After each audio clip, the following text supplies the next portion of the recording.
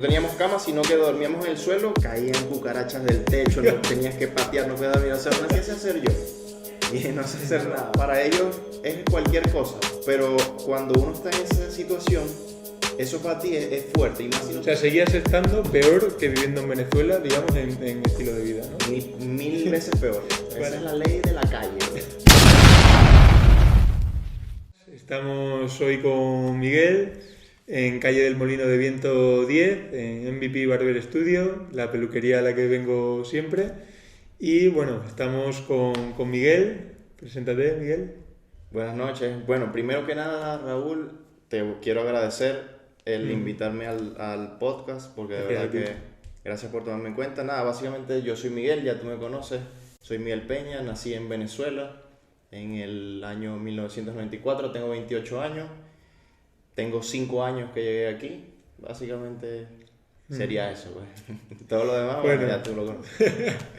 Vamos a ver qué sería eso. Sí. En primer lugar, bueno, cuenta un poco cómo era tu vida en Venezuela, hasta qué edad estuviste allí. Ok, yo estuve en Venezuela hasta los 21, casi 22 años. Básicamente la vida normal que puede tener cualquier persona aquí en España. Claro, sacando el tema de la situación que pasó en ese momento, pues, que todo se fue deteriorando. Vengo de una familia en la que vivía solo con mi madre, porque mi papá, o sea, unos padres que se separaron. Entonces, vivía con mi madre, mi padre vivía en otra ciudad, pero una infancia tranquila, o sea, básicamente estudiar la escuela, luego pasé a la universidad, hice 4 años de la carrera de contaduría, que se le diría allí, que aquí sería contabilidad, básicamente hacer registros contables y todo eso, llevar la información de una empresa. Hice 4 años, me faltaba 1, y en ese último año, por la misma situación del país y tal, decidí migrar, irme de Venezuela. Cuenta un poco, o sea, tu familia en Venezuela sería por poner una clase, digamos, clase media. Sí, yo diría que clase media, sí, exacto. Por ejemplo, mi madre tenía algunos pisos que llaman aquí, nosotros le decimos apartamentos, Sí. que los alquilaba y vivíamos un poco de eso. Y mi padre también, o sea, mi padre sí tenía algunos pisos, O sea, locales y cosas. Teníais propiedades allí Exacto, y alquilabais. exacto. Y además ellos trabajaban o Sí, se dedicaban solo a las propiedades. Bueno, mi padre era ingeniero civil durante toda su vida, y claro, ese trabajo que hizo, luego compró propiedades y vivía de eso, pues ya de viejo, digamos. Y mi madre, bueno, era ama de casa. Mi madre se graduó de la universidad, ella hizo la carrera de administración de empresa, pero nunca ejerció como tal, o sea, trabajó un poquito y tal, pero nada... Se dedicó como a la casa la y a casa. sus hijos. Exacto. En este caso a mí, porque soy hijo único, de mi madre. Vale. De mi padre sí tengo varios hermanos, pero... Vale. Y entonces, tú en ese momento, te falta un año por terminar la carrera, ¿y qué es lo que te hace querer salir de Venezuela? Lo que pasa es que la situación política en Venezuela era muy complicada ya. O sea, nosotros ya estamos viviendo un momento en el que había escasez, ¿sabes? La misma crisis de socialista y esto del gobierno en ese momento de Chávez, luego de Maduro y tal. Entonces el país empezó a pasar por una crisis en la que ya aunque tuvieras dinero no podías comprar cosas, o sea, porque no se encontraban ciertos productos. Por ejemplo, o sea, Te puedo decir, exacto, te puedo hablar de el azúcar, la leche, productos así de primera necesidad, pues. Por más que trabajaras, había una inflación muy alta que se te comía los ahorros, por decirlo de alguna forma. Entonces era una vida que ya era insostenible, mucha delincuencia.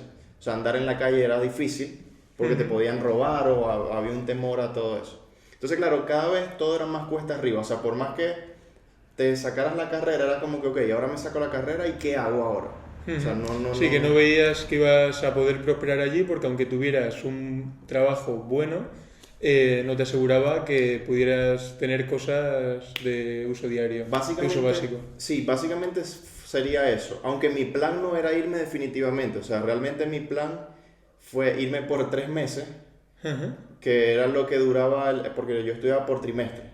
Entonces mi plan era irme 3 meses, o sea, no inscribirme en el siguiente trimestre y volver. Y ya llevo 5 años y no he vuelto. Y acabar la carrera allí, ¿no? Exacto, sí, porque era como que, bueno, en ese momento, por la inflación, algo muy parecido pasa quizás en Argentina ahora o algo así. Ujú. En ese momento, por la inflación, con muy pocos dólares podías hacer Mucho. muchos bolívares. Entonces, claro, el tema de los precios estaba muy raro. Entonces, supongamos, te enviaban $50, tú con $50 comprabas muchísimas cosas allá. Entonces, claro, esa era mi idea en ese momento. Mira, yo me voy a otro país, hago un poco de dinero, me lo traigo aquí y puedo hacer más cosas, porque al cambiarlo a bolívares era mucho. O sea, de momento, pues, en ese momento. Pero al final las cosas salieron diferentes, exacto. O sea, no me... ¿Y cómo es el proceso de irse? ¿Tú te puedes... ¿Cómo haces para irte? ¿Cómo te vas? Sí, bueno, básicamente tienes que tomar la decisión, ¿no? O sea, de hacerlo. Lo que pasa es que Venezuela, lo difícil realmente de salir, digamos que sería tener el dinero para poderte ir. O sea, ahí no hay un control, ahí no hay algo que te diga, tú puedes tú no salir puedes y salir. entrar. Exacto. No es, por ejemplo, como el caso de Cuba. Por ejemplo, exacto. No hemos llegado a ese extremo, no. Ujú. Pero en Venezuela sería más como, mira, si tú te vas, tú te puedes ir. Pero Allá. tienes que tener el dinero, exacto. Pero el dinero sería solamente para salir, ¿no? Es Exacto. decir, para cogerte un avión, lo Exacto. que tengas. Sí, Vale. en ese momento no es como ahora que la economía está dolarizada y ya yo estoy un poco perdido, la verdad, porque ya tengo muchos años que no voy. Pero hablándote de mi caso particular, en ese momento, tenías que estar como en una cierta clase que te permitiera tener el dinero suficiente y comprar un boleto que te podía costar, no sé, en ese momento $100 o algo así, que fue lo que costó mi boleto, me recuerdo, Panamá. ¿Cómo conseguiste ese dinero, esos $100? Bueno, yo porque trabajaba, o sea, yo trabajaba mis primas tenían unos negocios de ropa y yo trabajaba con ellas, yo era encargado de una de las tiendas, digamos, y me iba bien porque ganaba por comisión, o sea, si un salario mínimo, no sé, por poner un ejemplo que no es exactamente, era de 1.000 bolívares, yo me podía ganar 1.500 o 2.000 a la semana, ¿sabes? O sea que estaba bastante bien. Entonces eso me permitía ahorrar y digamos que me iba bien, entre comillas. O sea, tú allí con ese dinero, digamos que ganabas 4 veces más que una persona normal, según lo que has dicho. Exacto. O sea, sí. vale.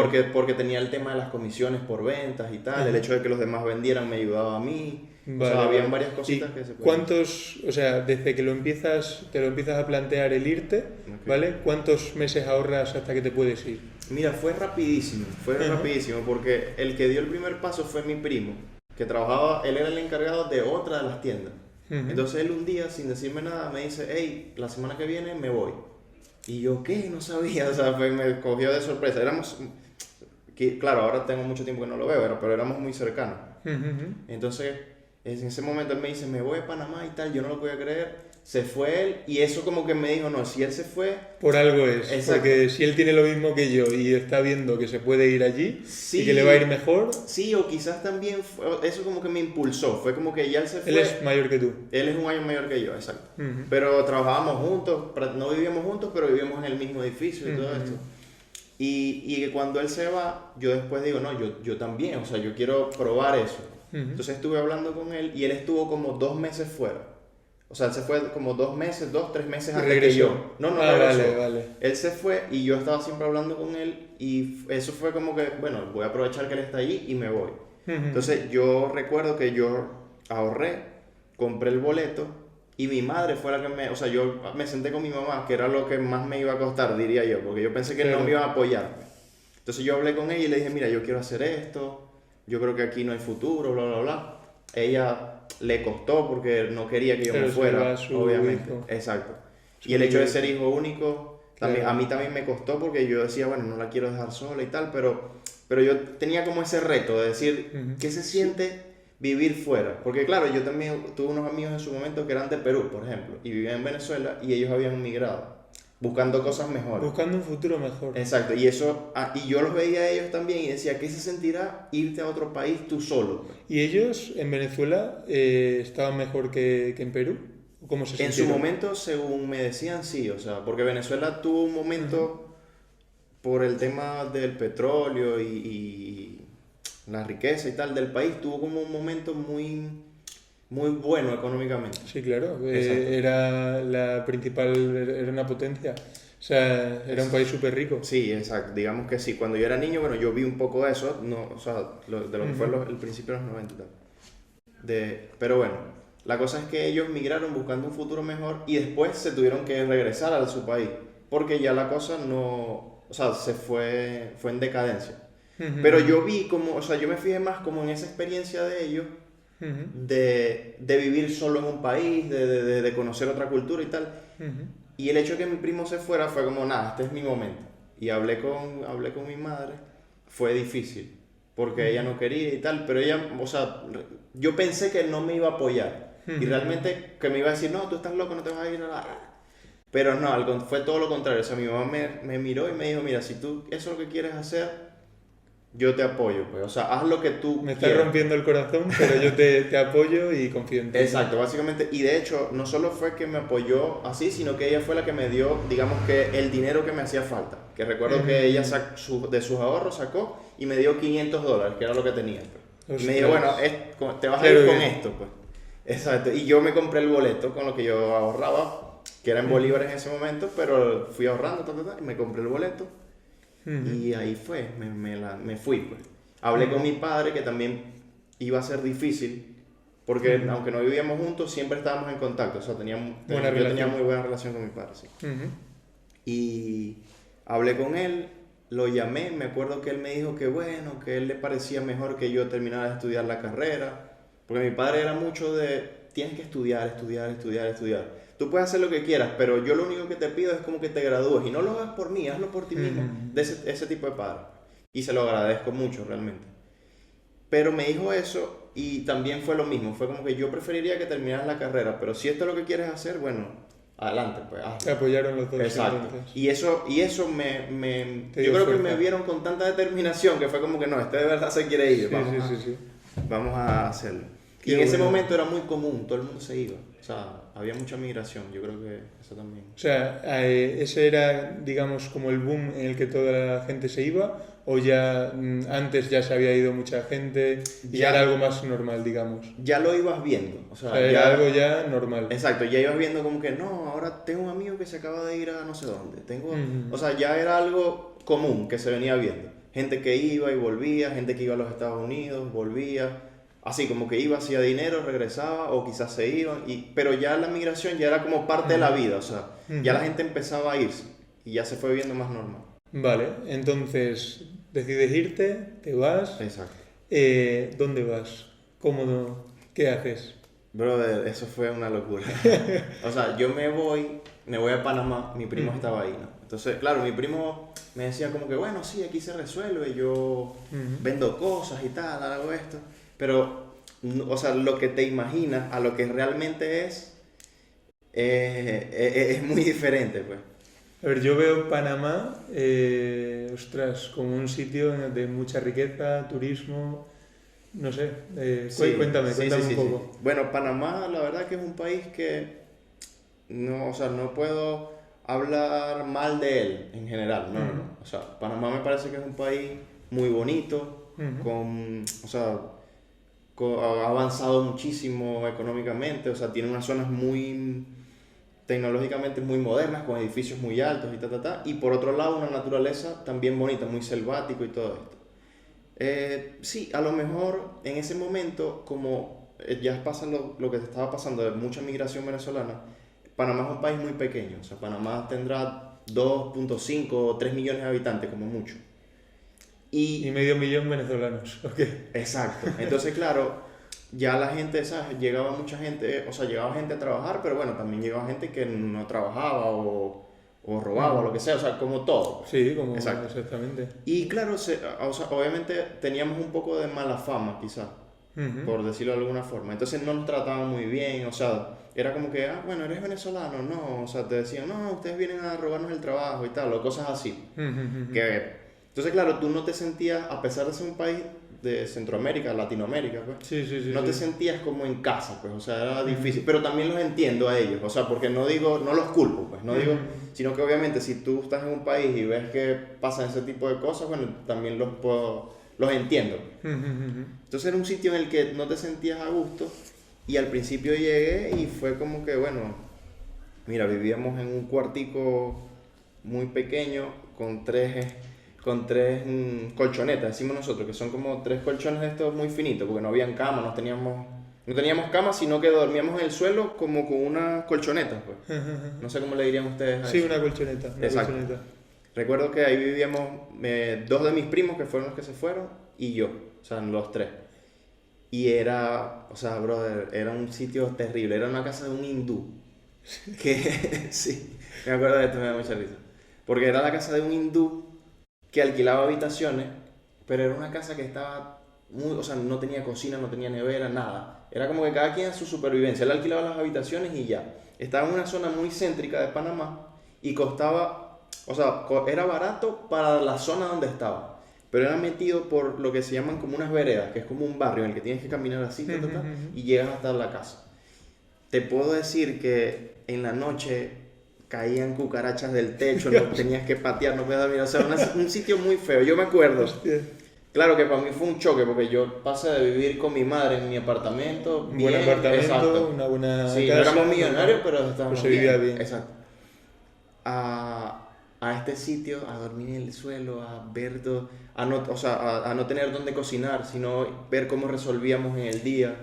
Y eso fue un choque fuerte, pues, que me pegó. Porque yo decía, ¿qué hago yo aquí? O sea, Yo que he venido porque se supone que venía a algo mejor y de repente me encuentro en esta situación, ¿no? exacto, una Y situación... tú a tu primo queriéndole matar, ¿no? No, o sea, no, porque él realmente tampoco me engañó. O sea, él me dijo, mira, vas a llegar aquí a esto, Sí, es verdad que no me lo puso tan gráficamente como era, digamos. No me lo describió exactamente. Pero yo internamente yo decía que, o sea, de verdad lo que hice está bien. O sea, ahí me empecé a cuestionar porque dije, dejé todo allá, es verdad. O sea, yo quizás allá no tenía futuro a mediano o largo plazo. Pero exacto, vivía relativamente bien. O sea, vivía bien, sí. Y, o sea, ahora me pasa esto, no sé qué hago aquí, y me costó un poquito. Lo que sí es verdad es que como yo medio aprendí a esto de cortar pelo antes de salir de Venezuela, porque hice un cursillo y tal, antes de irme yo lo pensé y dije, tengo que hacer algo que como me voy, yo no sé hacer, ¿qué sé hacer yo? Y no sé hacer nada. O sea, literal, estudio y tal. O sea, pero, antes de salir de Venezuela, ¿no tenías un plan hablado con tu primo, por ejemplo, de, oye, pues lo que tú estás haciendo lo replico yo, lo hago yo, No, trabajamos? no. O sea, tú ibas y a buscarte la vida. Exacto, porque él estaba trabajando en ese momento como ayudante de que si no sé, de electricidad, lo que saliera. Pues. O sea, mira, hay que instalar esta puerta y él iba y instalaba la puerta, algo así. Pero yo no sabía hacer nada de eso. O sea, yo no sabía hacer nada de eso. Yo lo que hice fue que antes de irme, como fueron 3 meses que te dije, más o menos mientras se fue él y luego me fui yo en ese tiempo lo que hice fue intentar aprender algo. Y lo que se me ocurrió, que medio me llamaba la atención, fue el tema de la barbería. O sea, yo dije, bueno, desde aquí a Venezuela hasta en China tiene que crecer el pelo, obviamente. Entonces dije, bueno, voy a aprender esto que me llama la atención. Y eso me ayudó porque yo llegué a Panamá y en menos de 2 días ya yo había conseguido un trabajo, pues en un sitio cortando pelo. Que fue también así, preguntando, caminando y tal. Una señora me vio y me dio la oportunidad. Pues me dijo, mira, yo no tengo aquí barbero ni nada. Esto es una peluquería de señora. Pero vente mañana y aquí trabajamos. Y ahí empecé a trabajar de barbero. Básicamente hacía de destrozo. Pues, o sea, sí, ¿no? lo que... Sí. Vale. Pero ese fue, digamos, como mi primer trabajo ahí. O sea, así como ¿y qué tal? ¿Cuánto cobrabas ahí? Mira, ahí era muy loco porque como te digo, la señora no era una peluquería de señora. Entonces, cada vez que llegaba una señora, la dueña de la peluquería, señora Inés, que me acuerdo cómo se llamaba, le decía, mira, tengo a Miguel aquí, que es un barbero, él es muy bueno y nunca me había visto cortar el pelo. Pero entonces esa señora la siguiente semana llevaba a su sobrino, o a su nieto, o llevaba al esposo. Y así fui haciendo una clientela. Exacto, pero era muy poca. O sea, el corte de pelo costaba $5 y a mí me daban la mitad de lo que... O sea, $2.50 por cada corte de pelo. $2.50 por cada corte. Y podía hacer, como mucho, podía hacer 4 cortes en un día, como demasiado, o no hacer nada. Es decir, en el mejor de los casos, estabas ganando unos $30 trabajando todos los días de la semana. Exacto. Vale. Sí, sí, sí. Yo recuerdo que una vez en 15 días saqué $50. Y era en plan... No, no era nada. Ah, Pues. vale. O sea, porque en Panamá, por ejemplo, el sueldo No, promedio son 500. claro, claro, no, digo, para la señora era como, está cortando bastante, o como... Lo que pasa es que la señora, o sea, fue como, es algo extra, pues. Sí, Ella sí, no, sí. Para ella era bien porque ella no estaba prestando ese servicio. Y le llegué yo que no le iba a generar gastos, sino más bien que por uno que llegara le iba a sumar algo. Exactamente. Entonces para ella le iba bien, pero a mí no me alcanzaba como con mantenerme. Claro, porque el piso en el que estabais, la habitación, entre los tres, ¿cuántos sí. costaba? La habitación creo que eran 350, sí, porque eran $300 de habitación y 50 por la luz. Entonces Hostia. eran 350 entre 3. O sea, tendríamos que pagar 110. Es decir, No, 110, 115 casi. sí, algo así. casi 120. 117, Sí. una cosa así. Entonces, claro, era más la comida, más los boletos del bus, o sea, era Sí, sí, sí, complicado. Claro, o sea, tú en ese momento, ¿cuánto tiempo estuviste trabajando ahí? Yo estuve trabajando ahí como un mes, más o menos. Lo que pasa es que pasó algo que, bueno, esto que fue lo que me hizo, lo que me desajustó un poco. Ujú. Que fue cuando yo tenía como un mes allá, Ujú. en Panamá. Sí, tenía como un mes aproximadamente. No, mentira, un mes no, tenía menos. Tendría como entre una semana a 15 días, algo así. Yo llegué con los $500 que me dio mi mamá, pagué, me gasté 200 entre la habitación, comida y tal, y me quedaron 300. Ujú. Y me acuerdo que los guardé en un zapato porque no sabían de guardarlos, porque la habitación nos podían robar, lo que sea, ¿sabes? Era una habitación que si le dabas un golpe a la puerta, la abrían. Y vivíamos con otra gente que no les teníamos mucha confianza. Entonces me acuerdo que lo guardé en un zapato y tal.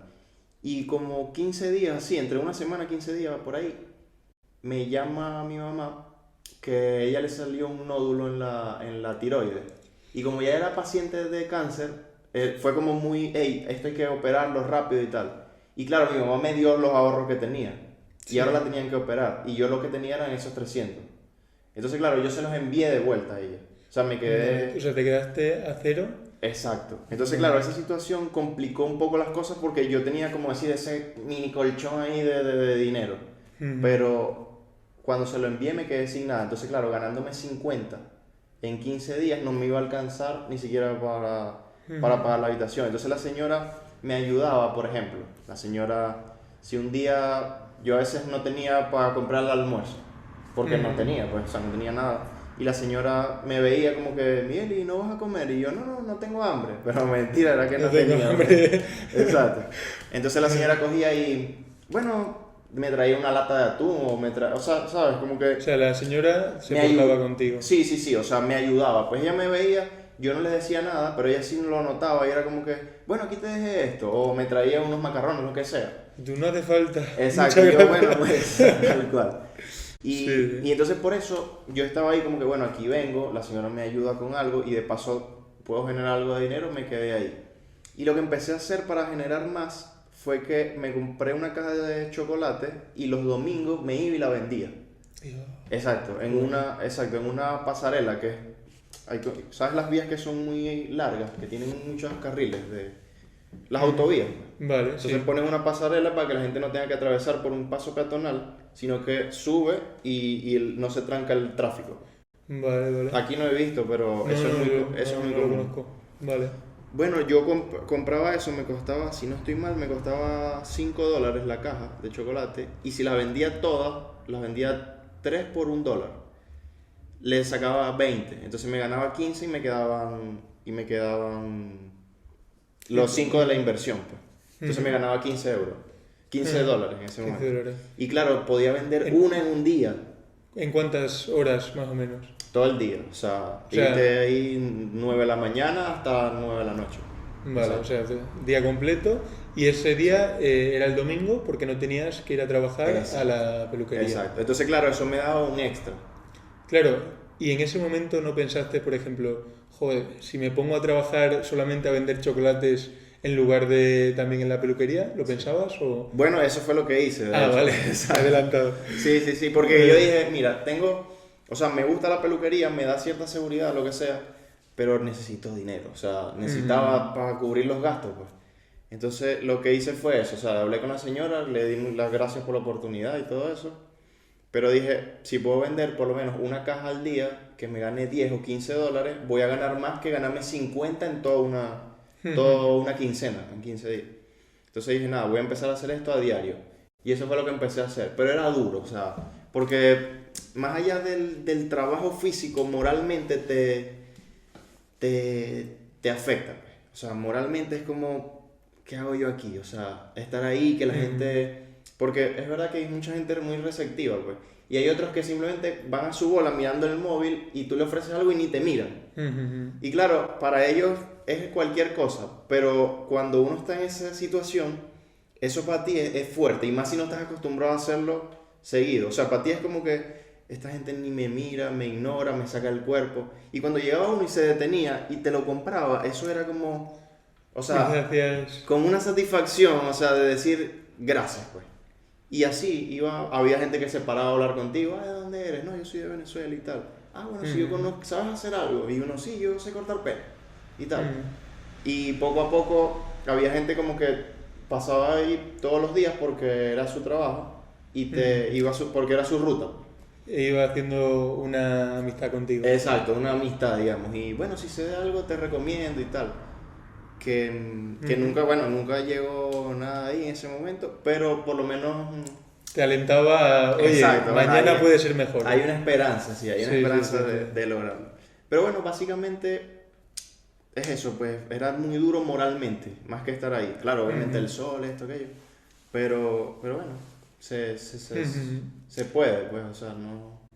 Vale, entonces seguimos. Te pones a vender chocolate. ¿Cuánto tiempo duras vendiendo chocolate?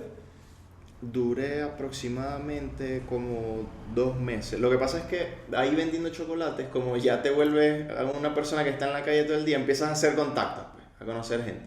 Entonces conocí unos chicos que vendían agua y vendían Coca-Colas en lata en el semáforo. Y ese dejaba más, o sea, ganabas un poquito más. Lo que pasa es que allá, como hay vendedores ambulantes, cada persona tiene como una zona. Entonces, supongamos, este semáforo es el tuyo.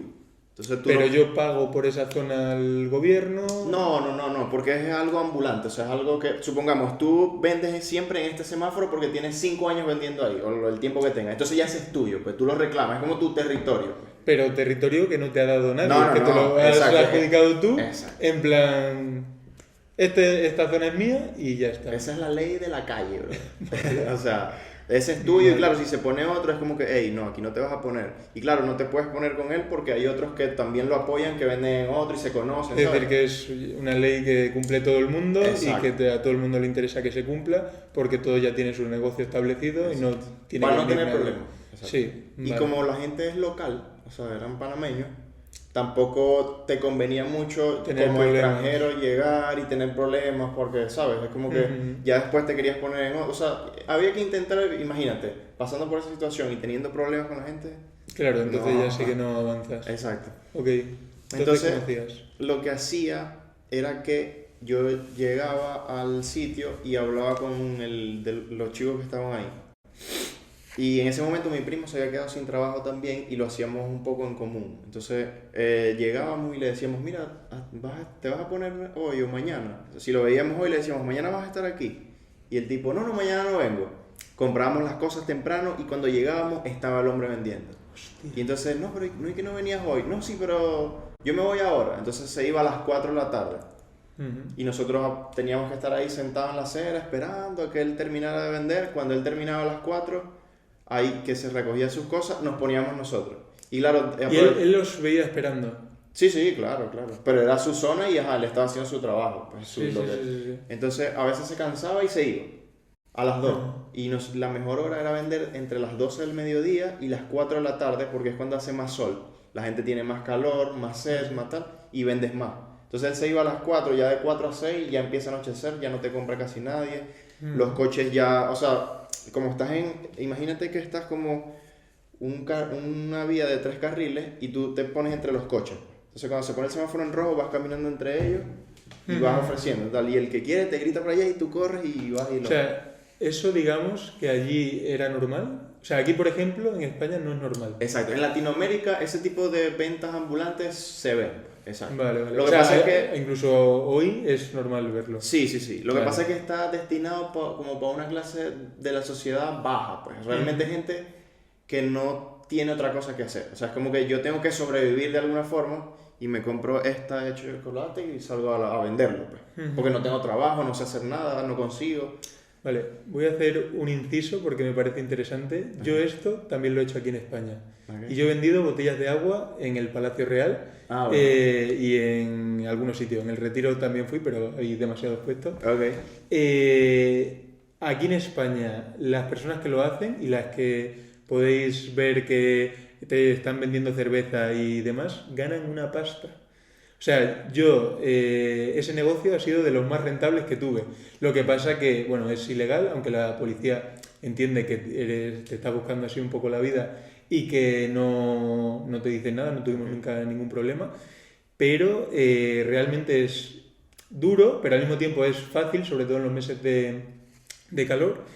Y yo sé que la gente que lo hace aquí gana bastante dinero. Sobre todo porque yo lo vi y yo lo gané. Tú lo hiciste, Y yo estaba emprendiendo negocios con los que están mejor vistos, no ganaba ni un puto euro. Claro. Y yo veía que compraba botellas de agua a 15 céntimos en el Lidl y las vendía mínimo a 1 euro, vendía hasta a 8 euros la botella, porque era un poco lo que me quisieran pagar. Claro. Y unos chinos, pues no sabían del cambio y tal, y me dijeron, toma, y me dieron así. Okay. Y yo, ostras, es mucho, y genial. Entonces, o sea, también estoy de acuerdo que aquí es para personas que, pues eso, no tienen cómo ganarse la vida en un trabajo bien, aparentemente, pero es que el hombre o la mujer que veis vendiendo cerveza no sé, en la plaza, claro, se está levantando un buen dinero, ¿eh? Sí, o sea, sí, sí. Y yo me sorprendió mucho eso. Y perdona. No, pero tiene mucha razón, porque ahora que yo me acuerdo, por ejemplo, en Venezuela pasaba que la gente prefería, por ejemplo, en vez de irme a trabajar a un trabajo en el que me van a pagar un sueldo que no me va a alcanzar para nada, prefiero yo montar un tarantín, un chiringuito, como le dirían aquí, en una calle, vender mis caramelos, mis aguas, mis cosas, y voy a ganar mucho más de lo que ganaría en un trabajo normal. ¿Ya? O sea, en un trabajo en el que me va a pagar un sueldo mínimo, digamos. Entonces, obviamente, es más rentable, pues. Eso es lo maravilloso del mercado, por ejemplo. Sí. Lo que pasa es que puedes tener problemas porque estás haciendo cosas que no son legales aparentemente. Exacto. No sé si allí, como dices, es más normal y no pasa nada. Aquí nosotros, por ejemplo, no nos atrevíamos con la cerveza ni con comestibles ni nada de eso porque con agua es más difícil que te pase algo. Claro. Pero sí. No, allá digamos que tampoco son legales, pero... O sea, hay tanta necesidad que... Te lo dejan correr. Exacto, es normal. O sea, ¿en Panamá también hay necesidad? Sí, sin duda. Los países latinoamericanos, o sea, tienen una necesidad económica muchísimo mayor a los países aquí europeos. ¿Sí? O sea, no hay ese... O sea, incluso Panamá, que podemos decir que es el país más rico ¿no? De Centroamérica, sí, seguro. O sea, ¿cuál dirías que es más rico si no? O yo al menos lo tengo visto así. Lo que pasa es que, claro, Panamá digamos que lo ha sabido hacer, porque claro, tiene el canal de Panamá, que bueno, es una historia larga también. Tiene que pasar todo. Exacto, que tiene todo que pasar por ahí. Han hecho las políticas fiscales muy buenas, creo que tiene un IVA del 4% o del 2%. Sí, entre otras cosas. Exacto, entonces claro, atraen mucha inversión extranjera y claro, su economía va mejor, pues digamos. Aparte usan el dólar americano, que eso le da más solidez a la moneda, Y sí, es un país de Latinoamérica. El que mejor funciona económicamente. No sé si el que mejor, porque realmente no lo puedo afirmar porque no lo sé. Vale. Pero es un país que económicamente, por lo menos en ese momento en el que yo vivía ahí, estaba bien. Vale. O sea, un país en el que trabajabas, podías vivir relativamente bien, o sea, y siempre con la particularidad esta latinoamericana de que podías hacer tus emprendimientos ilegales, digamos, pero... que yo soy súper fan. No, yo también, pues, o sea, sí. Bueno, vale. Mucha gente sobrevive con eso, pues, o sea, realmente si no tienes otra forma de entrar al sistema, que el sistema que te aprieta tanto en muchos sitios, intentas hacerlo por sobrevivencia se llamaría. O sea, tampoco te vas a morir. Vale. Perfecto. Entonces, me estabas contando que conociste a unas personas que vendían eso, botellas de agua, Exacto. Coca-Cola, demás, Sí, y empezaste a hacerlo tú en el sitio de este señor. exacto. ¿Durante cuánto tiempo? Eso lo habré hecho en como un mes, por ahí. Un Tampoco mes. fue demasiado. Vale. Porque combinaba con los chocolates, esto, aquí, allá, A veces vendía chocolates y agua, y, o sea, iba como combinando todo. Ujú.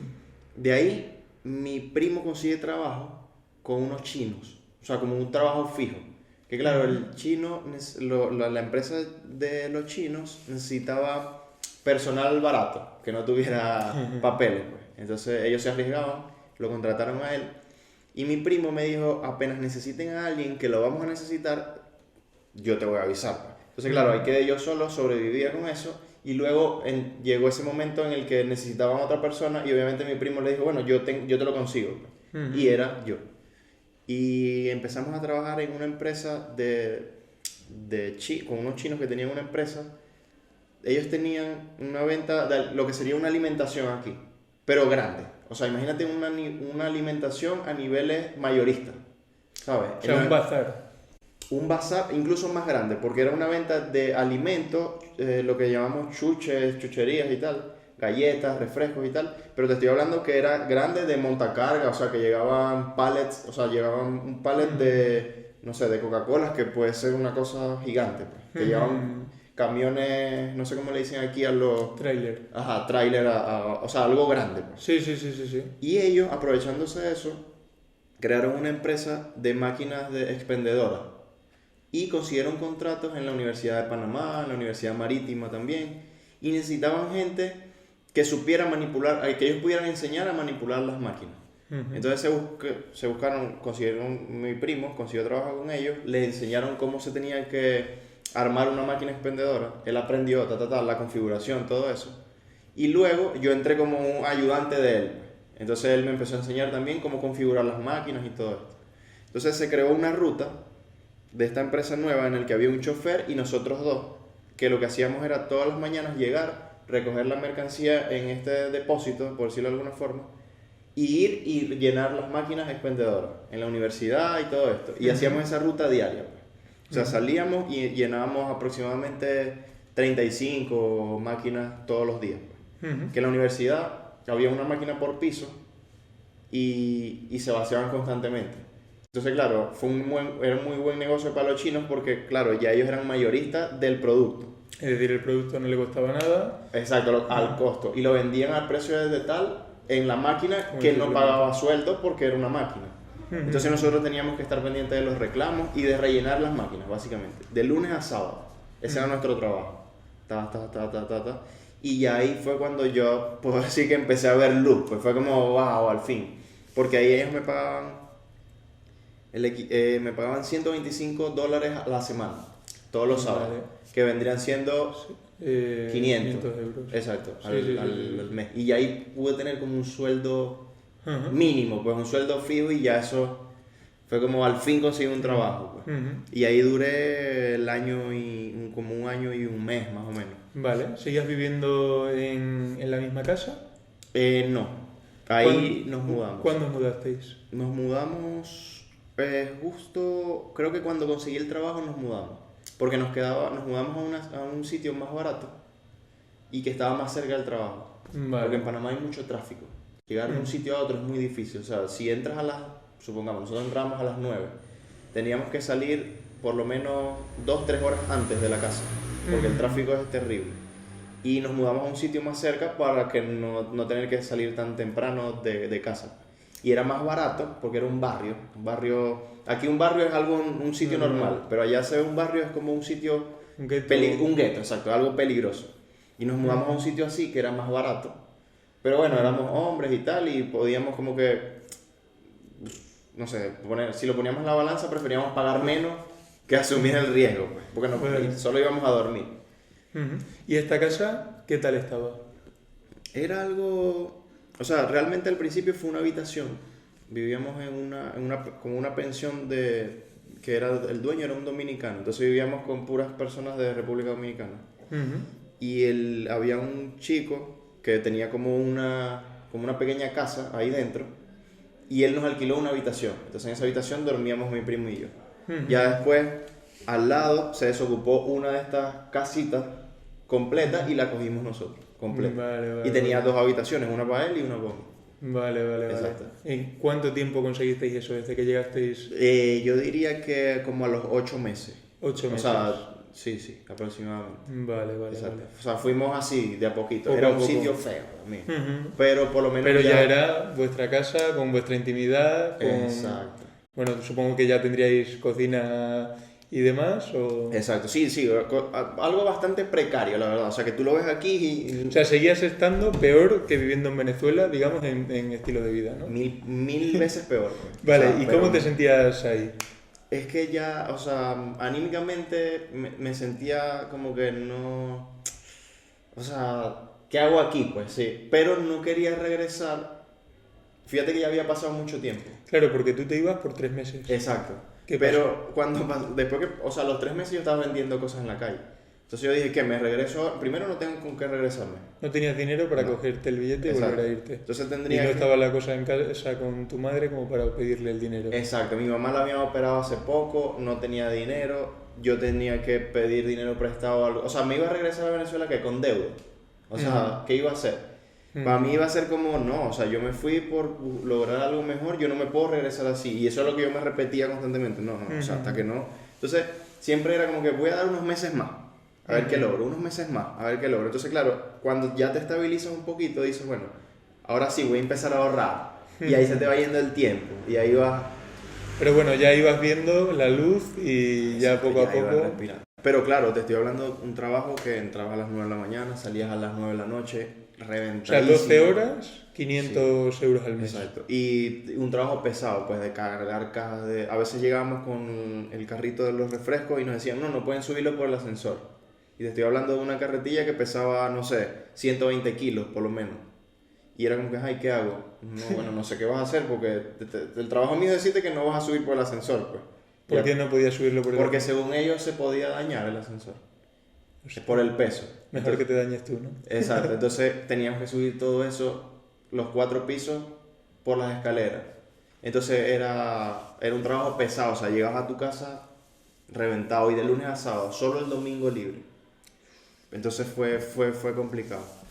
Después empezamos a ganar, bueno, mi novia luego se fue a Panamá y tal. O sea, tú antes de irte de Venezuela tenías novia allí. Sí. Vale, sí. y vino contigo Sí, estamos juntos. a Panamá y seguís juntos Sí, todavía. Sí. Eso ya no lo rompe. Sí, no, bueno, la verdad que, bueno, ella es parte de esta historia también. Ujú. O sea, ella después se va a Panamá, empieza a trabajar. Lo que pasa es que ahí, luego, hay una anécdota que, bueno, aprovecho que es como, o sea, es parte de la historia, pues. Que es que un día yo veo que los chinos, o sea, los chinos eran muy trabajadores, ¿sabes? Muy todo. Y yo veo que el chino está leyendo un libro y me llamó la atención el libro. Y lo veo y le comento, mira, te falta mucho por leer el libro. Y el tipo se quedó así como, pero ajá, ¿por qué? Y yo, no, es que lo puedo ver y tal. Entonces, cuando yo le pedí el libro, él le pareció muy raro, pues. O sea, le pareció como... Porque claro, nosotros trabajábamos como unos obreros, ¿sabes? Como una gente que es dándole caña, pues, Sí, pam, sí, pam, sí, pam, sí, pam. Y de pronto que alguien le preguntara por el libro, a él le pareció, pero claro, yo venía de Venezuela como de estar en otro estatus. Claro, tú venías de la universidad Exacto. y él seguramente pensaba que eras casi analfabeto. Exacto, tal cual, tal cual. Nos trataban así, de hecho. Y cuando le pregunté por el libro, a él le llamó mucho la atención y me lo vendió. Me dijo, cuando lo termine de leer, te lo vendo. Me lo vendió ¿Por cuánto? por $15, me lo vendió. Hostia, o Sí. sea, no era poco. No, bueno, pero era un libro de finanzas personales. ¿Cómo se llamaba? Se llamaba Pequeño Cerdo Capitalista. El pequeño cerdo Sí, capitalista. de hecho, todavía lo tengo el libro. Está en mi casa, en una biblioteca que... Ese libro, Ese, exacto. Porque yo siento que ese libro cambió mi vida. O Pues. sea, ese fue el principio de todo. Exacto, sí. Porque realmente me hizo ver como qué es lo que debería yo hacer con mis finanzas personales. Y ese fue como un toque que cambió todo. ¿Qué te enseñó ese libro? Ese libro me enseñó básicamente a que, por acordarme de algo puntual, a que tienes que ahorrar. Lo primero que tienes que hacer es ahorrar, no ahorrar de lo que te sobra, sino que tu primer paso tiene que ser ahorrar. Porque si nunca te va a sobrar, el dinero nunca sobra, ¿sabes?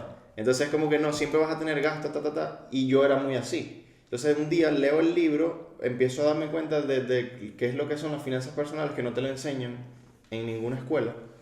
Y digo, claro, esto es lo que yo necesito, o sea, yo necesito ahorrar dinero y leyendo esto es como voy a aprender a ahorrar dinero.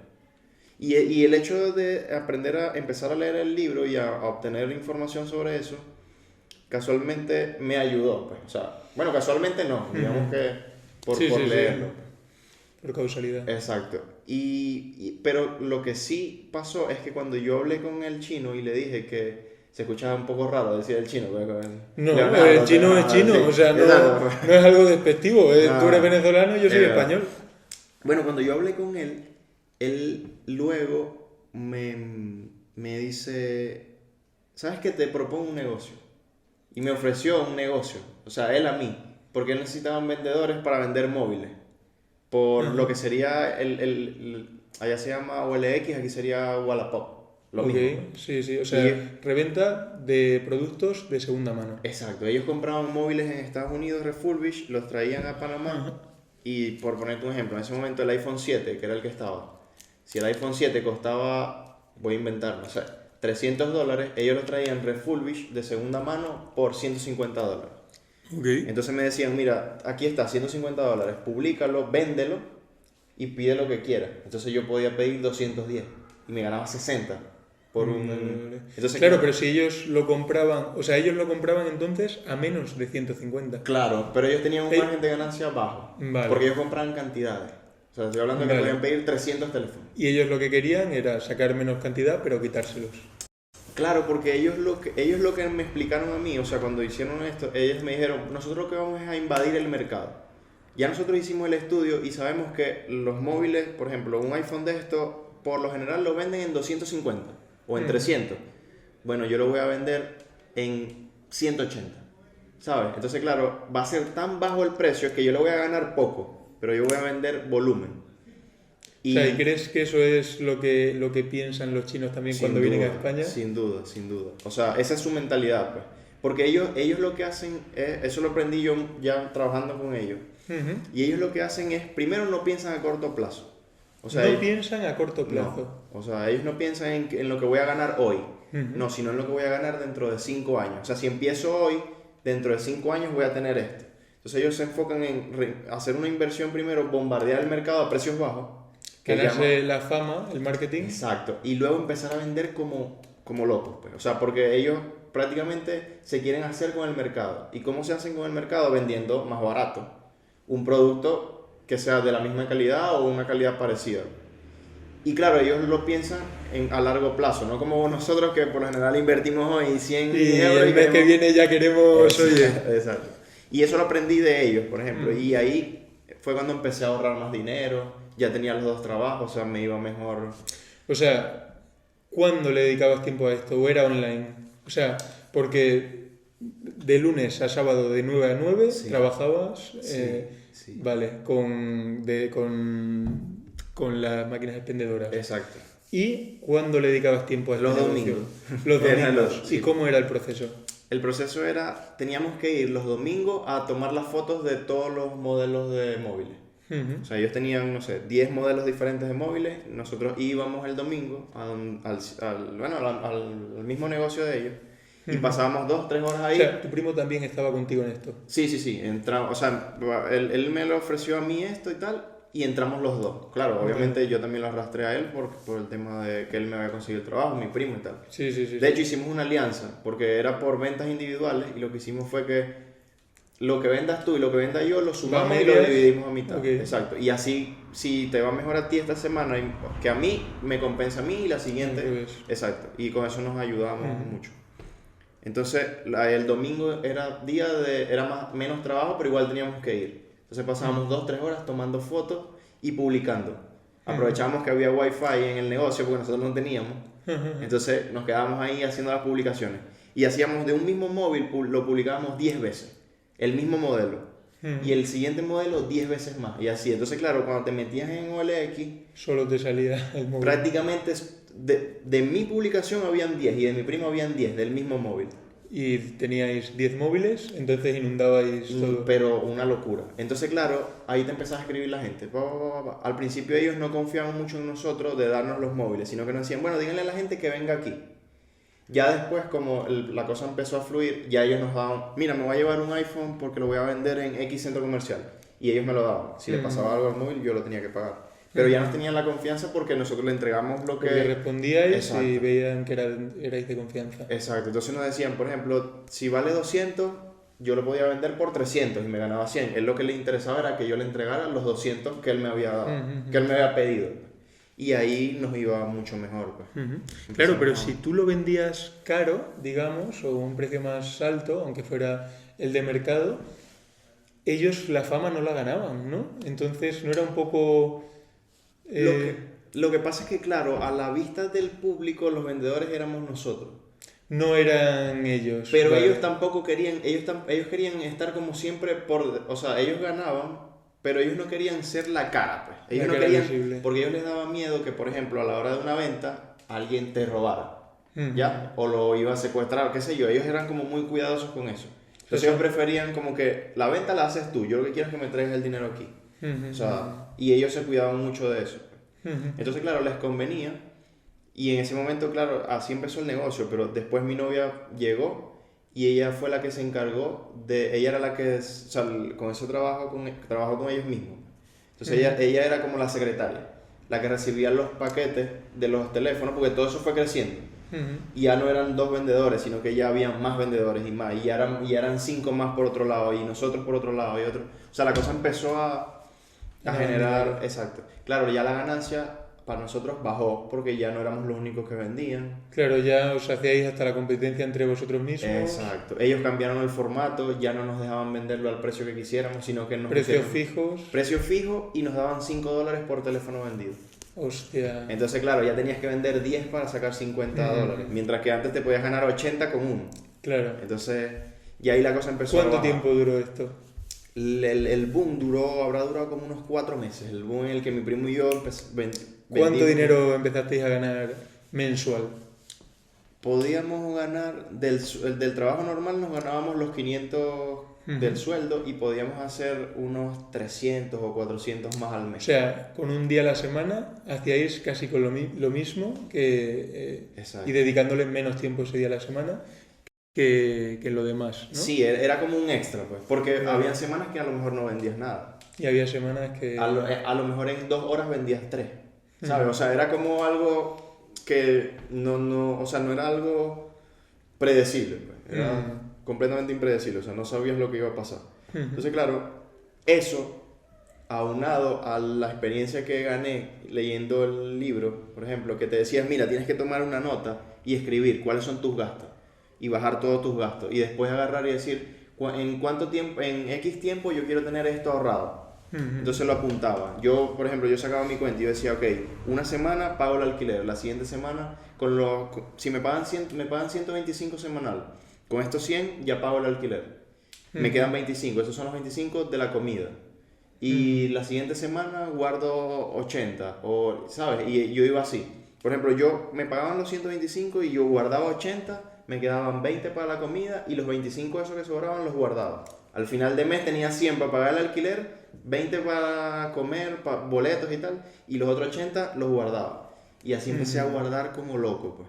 Y con eso pude pagarle el boleto a mi novia para que se fuera. ¿Tu primo hacía lo mismo que tú? Hacía lo mismo, exactamente. O sea, nos ahorrábamos, prácticamente no salíamos muy poco. O sea, nuestra vida era trabajo, o sea, a todo lo que da, porque no nos sentíamos cómodos ahí. Entonces, era como que yo no pienso vivir toda mi vida aquí, yo tengo que hacer dinero y salir de aquí. No sé a dónde, pero quizás me regreso a Venezuela, lo que sea. Pero en ese momento, de verdad que fuimos como muy, muy constantes. Y bueno, sacrificamos salidas y cosas que podíamos hacer a los 21, 22 años, ¿sabes? Como que nos tocó madurar un poco de golpe por todo lo que iba pasando. Pero bueno, o sea, una experiencia que fue dura, no te lo voy a negar, pero ahora que la veo en retrospectiva, digo, me río, pues, o sea, Sí, como sí. que no me puedo creer que yo tuve que hacer eso, ¿sabes?